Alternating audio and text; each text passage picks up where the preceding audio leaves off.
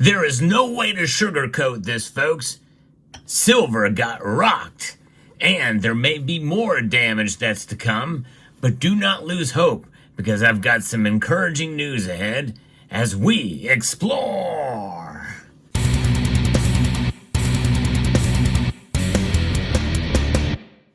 Silver fell hard today, as expected and as I predicted. Now, I do not say that with any amount of joy, but just this is the way the markets work, and this provides an opportunity. Let's get into what the markets are telling us now. Moments before the markets close, every precious metal is down, save for rhodium. This hasn't traded much today, but everything is in the red. But silver got killed compared to the other metals. It is down $1.22 right now. That's a 3.5% drop, which is a pretty substantial drop for any given day. Now, there's a reason to celebrate, and that is because silver is still well above $32.50. And I know that's not really much to celebrate, considering we've been seeing just silver on this pretty dramatic rise for the last few days here. But it is at $33.70. Gold only fell 1.24%, down $34 to $2,715.40. Platinum and palladium both fell fairly dramatically too, but not nearly as much. Platinum just over 1.1%, down 12 to 1,027, and palladium down 1.97, almost 2%, down $21. Now, this kind of activity certainly, especially considering how silver has been really literally rocked here today, it's widened the gold to silver ratio back above 80. In fact, it's almost at 81 now. But what's behind this? Well, it's bond yields, believe it or not. That is one of the biggest drivers, and profit taking. We're going to get into some of the analysis here and why I am still encouraged about silver reaching my second prediction for this year.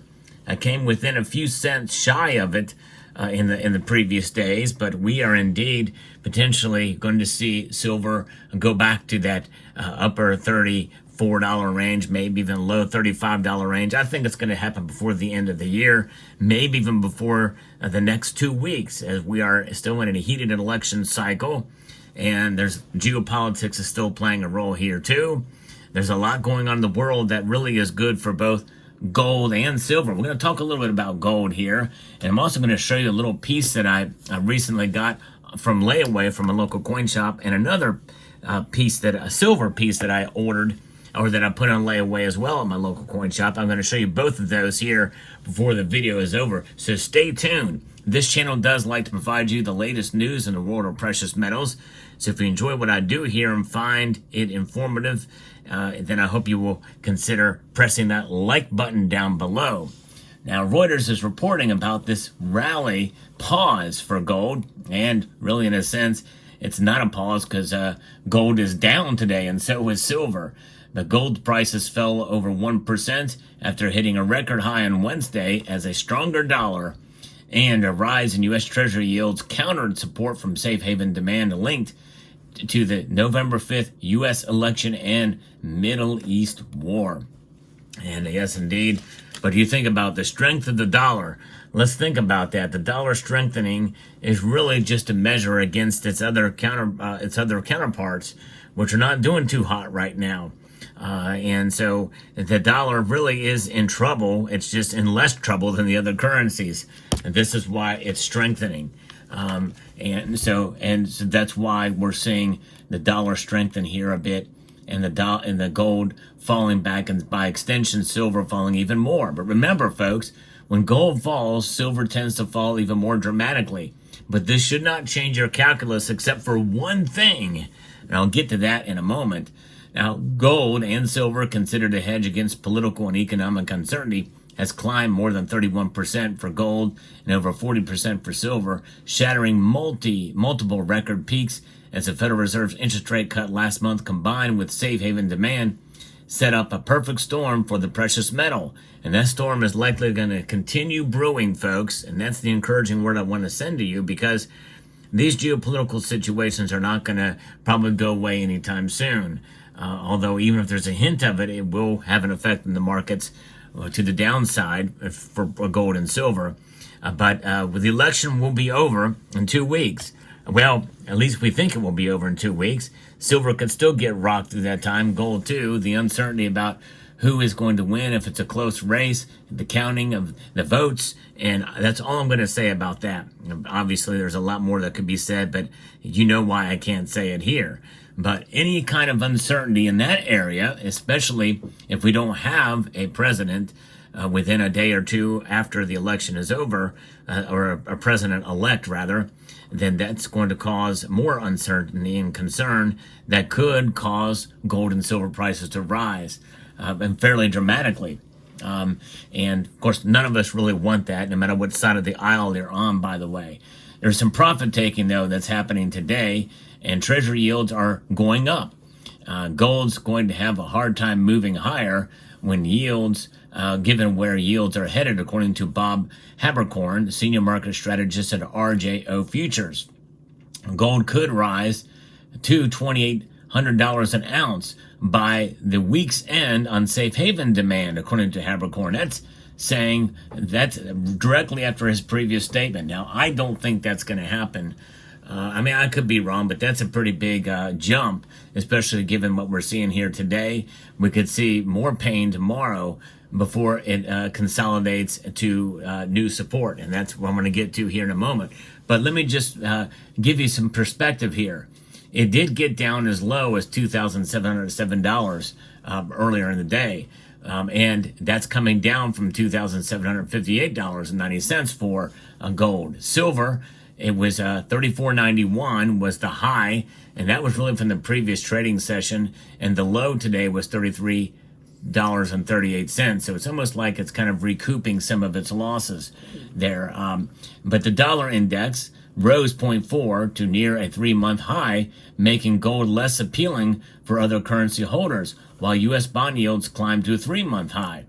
So this is the 3-month high is interesting here because gold and silver have risen dramatically even amidst the dollar being at this 3-month high. You would think that these precious metals would get hurt even more. They are not. That's encouraging. But tomorrow is a new day. And if the dollar maintains its strength where it is now, then that could cause more pain, at least some pain tomorrow. But keep in mind that given a strong dollar, gold and silver are doing very well, even with this recent pullback.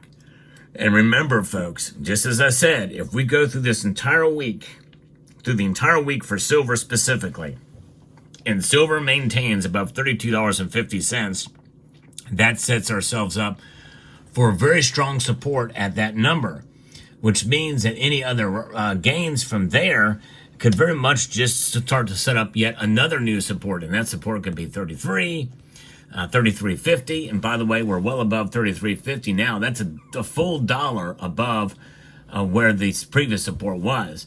And I know that sounds like a long ways, but remember, silver has fallen over $1 today. And so that's the kind of thing we want to remember and think of here. We could lose more tomorrow, but 32.50 is the number to watch out for.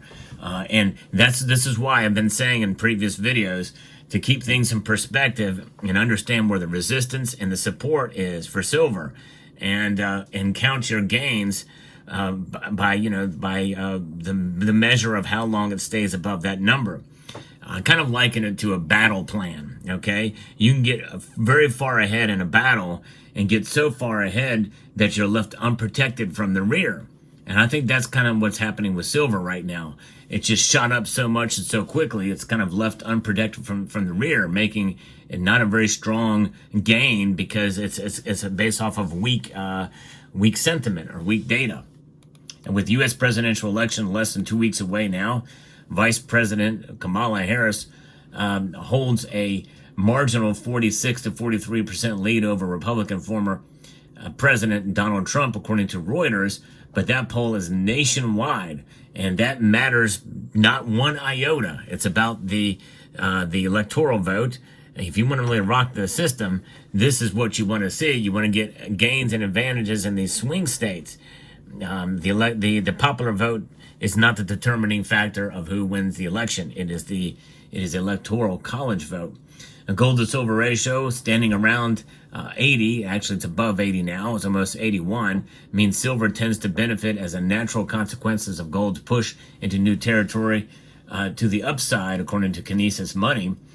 Platinum has fallen, and it's fallen fairly hard again today too, but that is where the precious metals are. But keep in mind, folks, again, the support is, don't get too nervous unless it falls below 3250.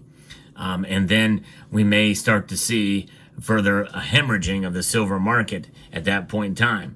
But even if that happens, be encouraged, because I still think that silver is really setting itself up to continue to move in a positive direction through next year, especially as the Federal Reserve keeps lowering interest rates and keeps printing money. They're adding to and exacerbating inflation. We're adding billions upon billions of dollars in debt every 30 days. And they're spending their way into prosperity, or perceived prosperity, to try to make the numbers look good. That's what the chefs at the Cook the Books Clubs does. But nonetheless, what did I get? Well, on the gold front, something I had on layaway for quite a while. I wanted to get one of these. Had my eye on this for a long time. This coin. This is one of the early commemorative gold coins. It's a $2.50 150th anniversary coin here. A gold $2.50 coin. And that reverse may look familiar. It is the same design that is used on the $50 for the 200th anniversary in 1776. This is from 1926. So this is a nice AU version of the coin. I got it for a fairly good deal from a local coin shop. Had it on a layaway for a while and bought it when gold was much cheaper. So essentially I got this thing for fairly close to, well, not quite what a normal premium would be for probably a 10th ounce eagle when the prices were a little bit higher there. In other words, yesterday's prices. Then also got this silver round, 1 ounce fine silver of Aztec. Looks like to be Aztec warrior here fighting, and pretty cool. And I'm not sure who makes it. I don't know if it's Golden State Mint, but it's got the cool little Aztec symbolism here on the reverse, reeded edge, and just a beautiful round. So I picked this thing up and had that in the same layaway situation. It actually has a metal turn, apparently. I mean, a coin turn as opposed to a metal turn, which is a little unusual for a metal or for a round, but there it is. So there you have it. Let me know what your thoughts are down in the comment section below. Hope you found this video informative, insightful, and educational. Would like to extend a multitude of gratitude to you all for taking the time to watch, and to encourage you to please rate, share, comment, and subscribe.